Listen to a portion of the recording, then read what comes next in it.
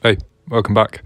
I can't really explain why I'm in the end. You'll have to watch the VOD, which is now on the channel.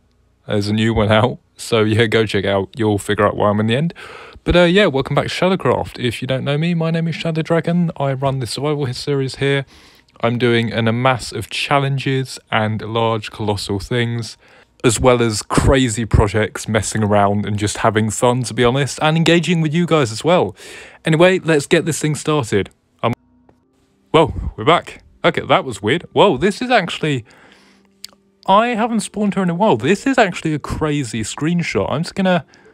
Give me a sec. I'm just gonna snap this now, or possibly take like a spec shot later. This is actually quite... This could be thumbnail material. This actually looks quite cool. If I can just like lower the camera a bit. I don't want to get like the dirt in though. Yeah, if I just grab... I'm just gonna grab like a quick recording of this, or like a couple of screenshots quickly. Because this actually looks sick. It kind of reminds me of the Juat, Field of Reeds, Egyptian culture. Yeah, it looks really cool. But yeah, you can see a lot of the stuff around me, and honestly, all of this stuff here, especially this thing as well, which actually I reached world height with it recently. It's all ore all the way up. It is hollow, but I recently reached the top all the way around on the outside. But like I was saying, all the rest of the stuff in this world you can check out on the channel. All previous episodes are there, all live streams are there on the channel. I've transferred them over either via VODs or the actual live streams.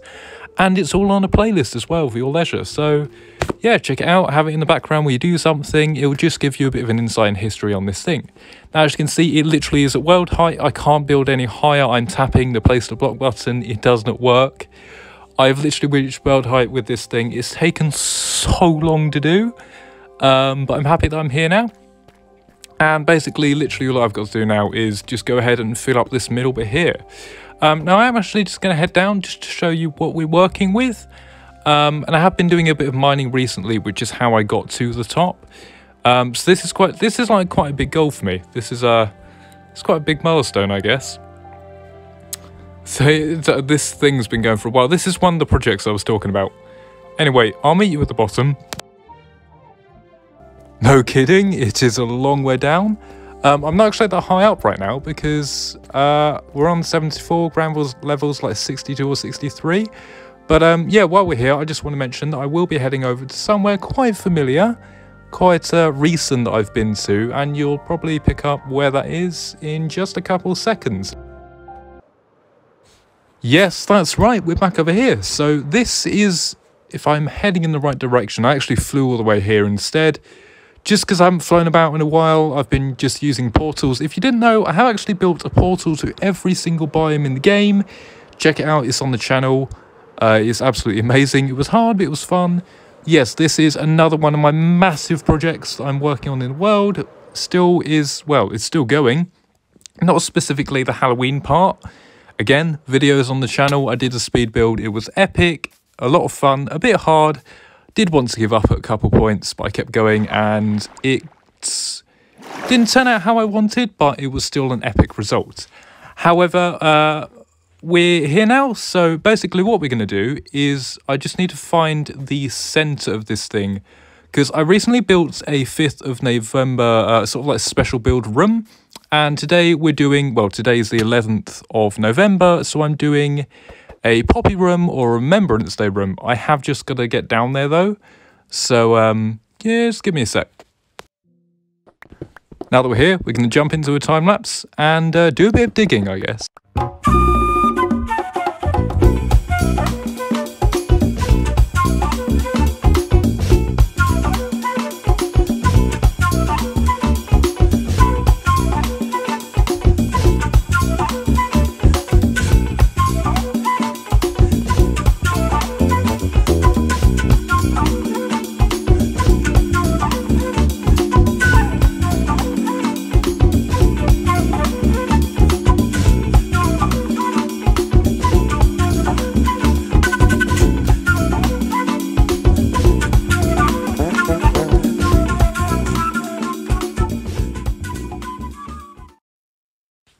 Right, so now that that's done, we're actually going to get started on this sort of centerpiece. Now, I want to build somewhat of a representation or a statue That sort of symbolises remembrance. A lot of memorials do have soldiers there, so I want to kind of do my own sort of variation of that.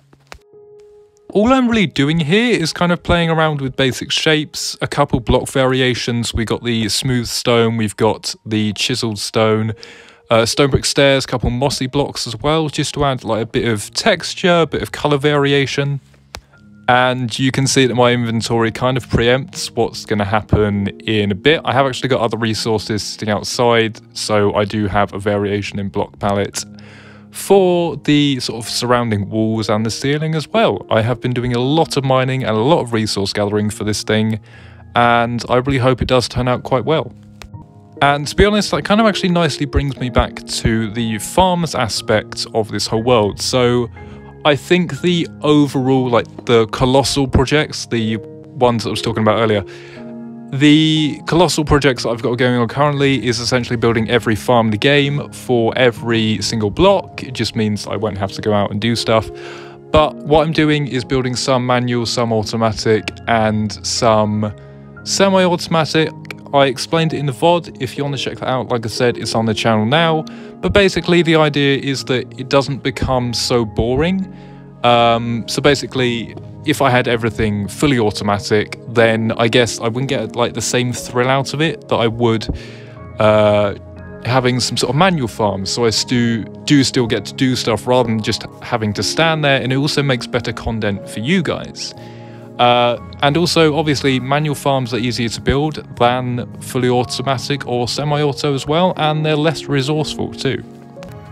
Anyway, as you can see, we're actually making some decent progress on this figure here, and I'm actually freestyling this guy too, which is what I've been doing a lot with my builds recently. I've been freestyling with some sort of reference image, but they're usually ones that either I've taken from real life, a couple of Pinterest, just in my mind, but I'm not actually looking at the thing while I'm building. It's just straight out into Minecraft. And I guess I could say Minecraft, I'm an artist myself. Minecraft is kind of like a canvas or a sketchbook where I can sketch down my ideas or build things or sculpt things. It's like a whole new art medium, I guess. It's all very expressive, and there's like such a range of things you can do, from massive to minuscule. It's really fun to find out how much you can detail things depending how big you do them, how blocks fit together, what colors go together, what blocks go together, gradients, the textures, all of it is just, it's really fun, basically. And coming actually back to the farms aspect of things, there is a couple coming up in the next week or so. Possibly a gunpowder farm or an ice farm. Now, what I tend to do is actually with like building, like I just mentioned, freestyle. I sometimes experiment with farms before making videos. Sometimes I do tutorials. Sometimes I'll just build them in the world. Other times I will need a bit of help. So there's certain mechanics I don't really know how they work, even though I've been playing the game for quite a while. I'm not so great with iron farms, except the ones obviously I do know how to build. And Guardian farms are just completely oblivious to me. I am like brain dead when it comes to them. But I guess things like sugarcane or crop farms or anything like that, really, semi-auto, some fully auto and manual things, I'm just great at. I can go out and do something and it will just be done within like half an hour or possibly even 5 minutes. Like the super smelter that I built on the world. The second one I did, I think it was a couple episodes ago, that was just straight on my head. Freestyle onto the thing, actually in the world, no testing, anything, straight in. It's weird how I build. I don't fully understand it, but it's terrific, and it is so fun, like I said. It's so expressive, so fun, and so experimental, and I'm pretty much done with this figure in the middle now. All I've got to do is the drapes and the robes, and just got to pop the poppies down, do some walls, and pretty much do the roof. So basically what I'm going to do here is a very neat little trick. String floats in the air if you place it, and it doesn't have to be like connected to blocks either. And then you can place carpets or trapdoors, anything that wouldn't usually be able to place just in the air by itself on top of that, and connecting to blocks, which creates this sort of seamless thing. And what I'm going to do now is actually chuck some banners on the side to represent the leaf and the flower, and this is essentially like a poppy drape or a poppy cloth that the figure is holding. Again, it's meant to be kind of like a memorial. Now I have decorated around them. For some reason the recording cut out, so it's just there now. I've put some candles down, I've put a couple moss blocks down, hidden some lighting underneath as well as the candles, just to give the room a bit of flair. And overall, I guess, well, more lighting and more presence. Now we're going to tackle the walls, which is going to be a slightly harder problem, but I have got an idea in mind, and again, we're just freestyling this all the way through. So I think the whole idea here for me is going to be creating giant poppy petals that sort of sit on the wall, but also pop out to give it like a 3D effect, make it more immersive. And I'm also going to really try to texture them with the different reds with the wall and the terracotta and the concrete, and add a bit of gradients as well, possibly adding some lighting in the corners with the green frog lights as well. So let's get on that.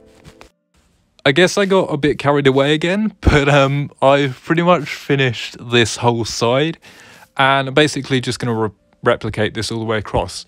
Now, what I see in a lot of like real life poppies, the paper ones you get, is these sort of grooves that go down the petals, and that's what I'm doing with this terracotta red all the way down here, just trying to give it a bit more texture, a bit more gradient, a bit more depth. And as you can see, that looks pretty damn good. I'm actually surprised myself with how good I've done. So I've copied it to the other side, and now, like I said, I'm just adding some green frog lights as well as the leafy parts. Now poppies, paper ones, like I said, they have these green leafy parts that sort of drape off to the side, sort of poke out the top left, and you have the stalks down the bottom. I'm going to kind of represent this in a more abstract way with a couple of bits of green concrete and green wool, as well as some glowberry vines. They provide lighting and you don't need to get light blocks. I've actually got a lush cave very near me. That's where I went to gather all of this stuff. And very basically, what I'm just going to do is go ahead and place everything down on the ceiling, on the sides here, fill in all the sort of negative space, all these sort of ugly blocks on the outside that don't really work with the others. And we should have a pretty cool result, although I don't know if it's going to overdo it, so I might have to change things as I go, because sometimes you can do overdo colours a bit and make it look a bit too bulky or a bit too fluorescent, and it can kind of come across as noise, which is kind of, well, overcrowding like an image or a piece of art, I guess. And it's all done. So now all I'm going to do is grab a super duper cool shot just for you guys, and well, for myself as well. It's going to go on the channel. This little spin around here, basically all I'm doing is very controlled, sort of moving the controller with the camera and the movement. You can see the poppy leaves all around the room. This has turned out spectacularly well. The only thing missing is the poppies, and as you can see here on the side, I have gone ahead and put some green glass in with the green frog lights. I don't think it overdoes it too much. It's quite subtle, and obviously lighting of the room is just enough for you to see the figure in the middle. We're just going to chuck the poppies in. That's pretty much it done. And then, like I said, I'm going to get a cool camera angle, a nice screenshot, thumbnail, and I think we'll end it there. Tell you what though, there's one thing I want to do while I place down the poppies. I think it's quite important and needs to be heard. In Flanders fields the poppies blow, between the crosses row on row that mark our place, and in the sky the larks still bravely singing fly, scarce heard amid the guns below.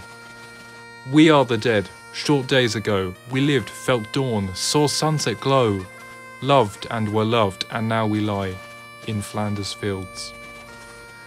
Take up our quarrel with the foe, to you from failing hands we throw, the torch be yours to hold it high. If ye break faith with us who die, we shall not sleep, through poppies grow in Flanders fields.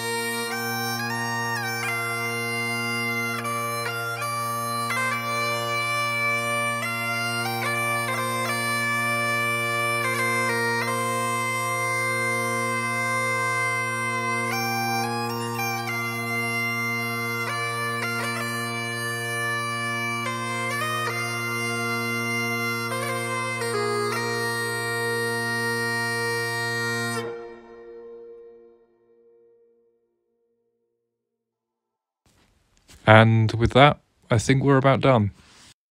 That is apart from one particular aspect, and that is that on the 20th of November, it is also Remembrance Day for all the transgender people that fought in the war too. Now, I feel like this needs to be seen and heard, and I actually only found about it through CNC or more my mate Will over at Creature Characters, who also actually did a video making a poppy, so I would consider checking it out. But yes, I will hopefully see you all later. Have a good one. Have a lovely, lovely day or week or evening or morning or afternoon, depending on where you are. But all I will say is be respectful and see you all later. Goodbye. One thing I will just say is that if you haven't checked out my socials so far, then go ahead, feel free. There's a bunch of stuff there. Twitch is where I do all my streams, and Instagram and TikTok is where you'll see sort of like personal life and things you wouldn't really see on the channel. Please also like, subscribe, follow and share, and consider checking out my second channel called